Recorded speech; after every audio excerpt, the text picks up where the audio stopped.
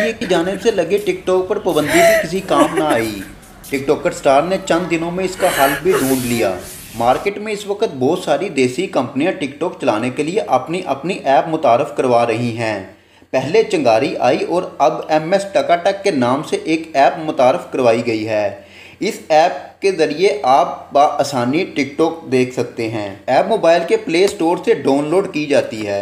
इससे ना सिर्फ वीडियो अपलोड बल्कि डाउनलोड भी होती है। एक ही तो हमारा जरिया था एंजॉय का।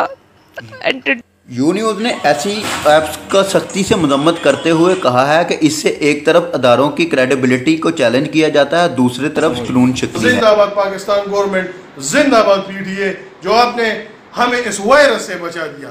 ये टिकटॉक कोरोना वायरस के सामने कुछ भी नहीं था। इतना बुरा वायरस था, तंग आ चुके थे।